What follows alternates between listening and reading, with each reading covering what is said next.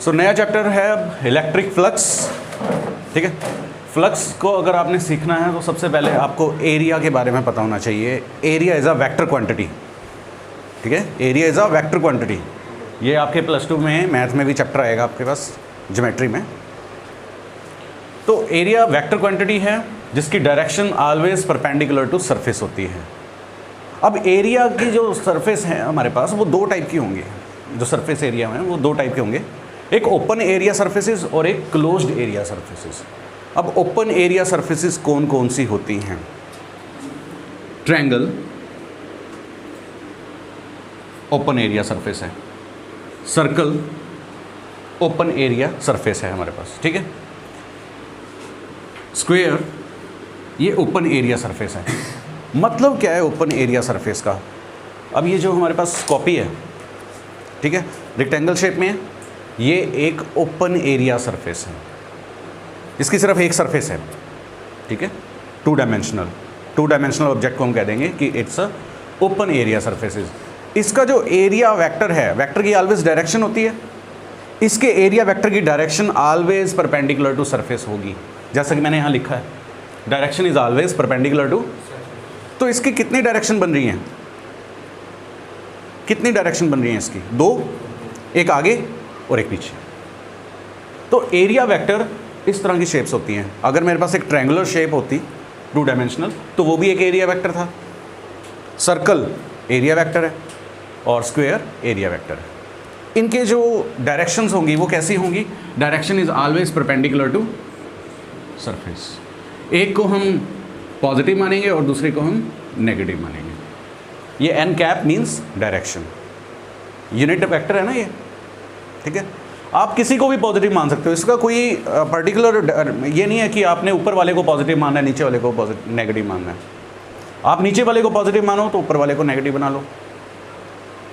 एक सर्कल है, इस सर्कल है, सर्कल ऐसे पड़ा है रिंग शेप में, इसका एरिया वेक्टर किधर होगा? परपेंडिकुलर टू सरफेस, मतलब इस तरह से पड़ा है ना ये। तो एक एरिया वेक्टर ऊपर हो गया और एक नीचे, तो इसको हम एन कैप। अब ये स्क्वायर है, इसका एक आउटवर्ड होगा और एक इनवर्ड होगा। तो ये सारी कौन सी सरफेस होंगी? ये ओपन सरफेसेस। सेकंड टाइप आता है इसमें हमारे पास क्लोज सरफेसेस। अब क्लोज सरफेसेस कैसी होती हैं? एक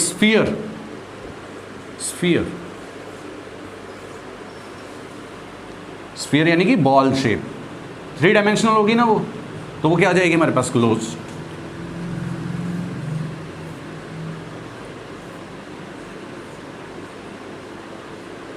ये भी क्या हो गई?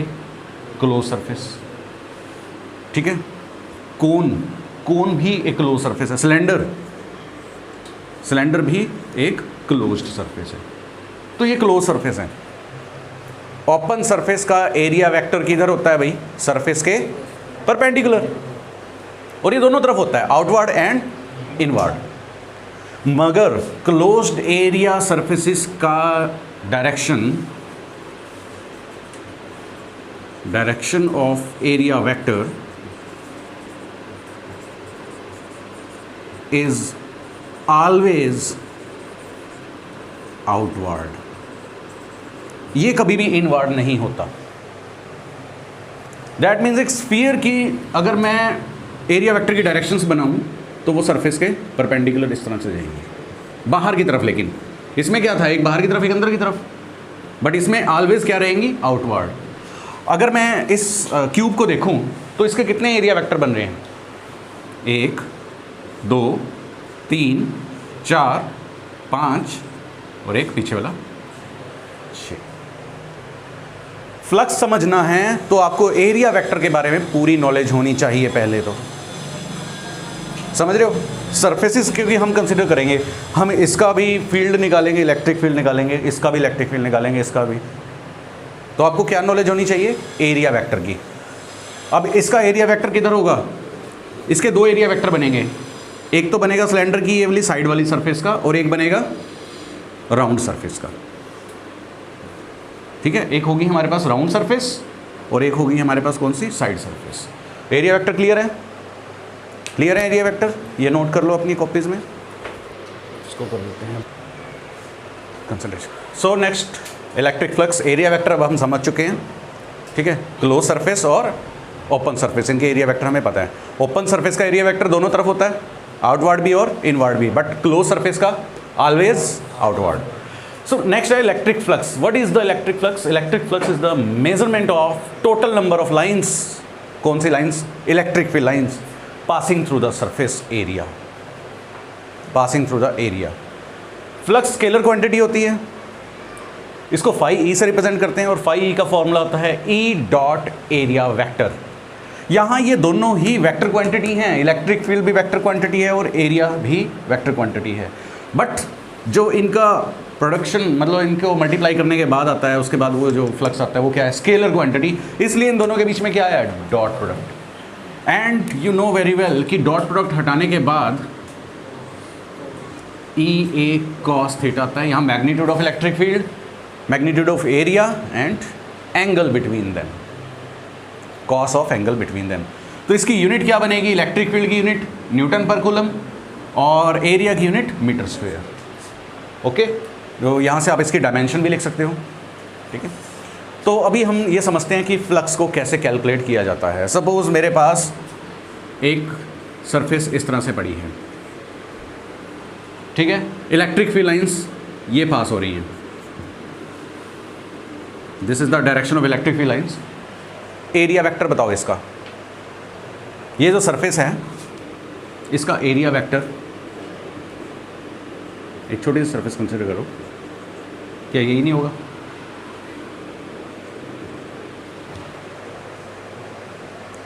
मैंने क्या बताया था? एरिया वेक्टर की डायरेक्शन किस तरफ होती है?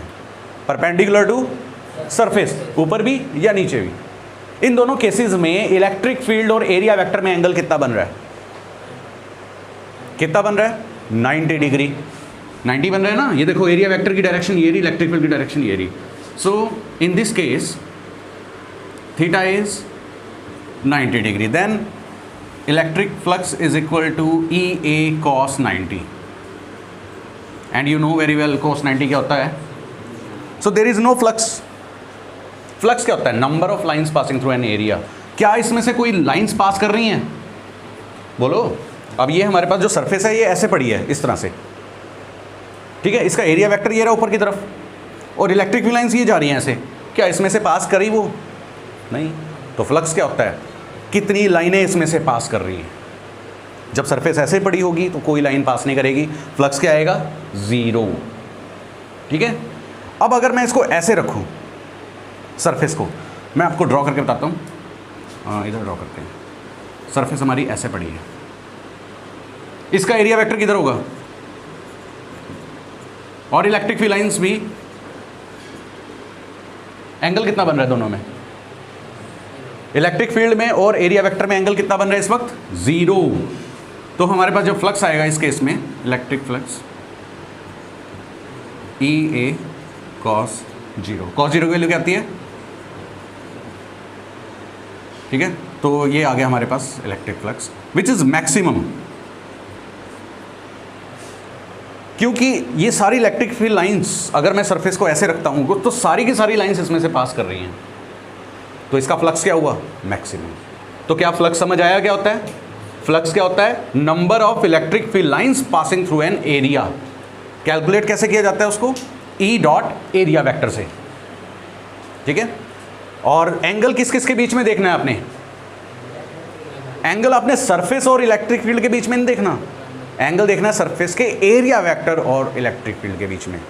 इसके लिए, इसको समझाने के लिए मैं आपसे एक एग्जांपल देता हूँ। अभी यहाँ पे ये दिखाई दे रहा है, यहाँ पे नीचे ये हिस्सा देखो, ये मेरे पास एक सर्कल है जिसका रेडियस ए है।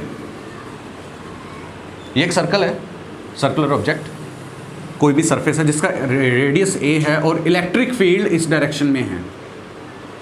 इलेक्ट्रिक फील्ड एंगल बना रहा है 37 डिग्री। इसका फ्लक्स बताओ कितना होगा इसका इलेक्ट्रिक फ्लक्स? इलेक्ट्रिक फ्लक्स का फार्मूला है E area multiply area and cos of angle between them. तो क्या मैं इसे ऐसे लिखूं? Electric flux is equal to electric field E area pi A square cos बोलो क्या आएगा कॉस, बोलो क्या आएगा कॉस 37 या 53? यही तो समझना है आपने। इलेक्ट्रिक फ्लक्स क्या होता है? Electric field multiply by area cos of angle between them. किस किस के बीच में एंगल? एरिया वेक्टर और इलेक्ट्रिक फील्ड के बीच में। इस सर्कल का एरिया वेक्टर ये है, अगर ये 37 है तो एरिया वेक्टर का इलेक्ट्रिक फील्ड के साथ एंगल कितना बना? बात समझ गए? तो ये आएगा हमारा इलेक्ट्रिक फ्लक्स। नोट कर लो इसे कॉपीज में।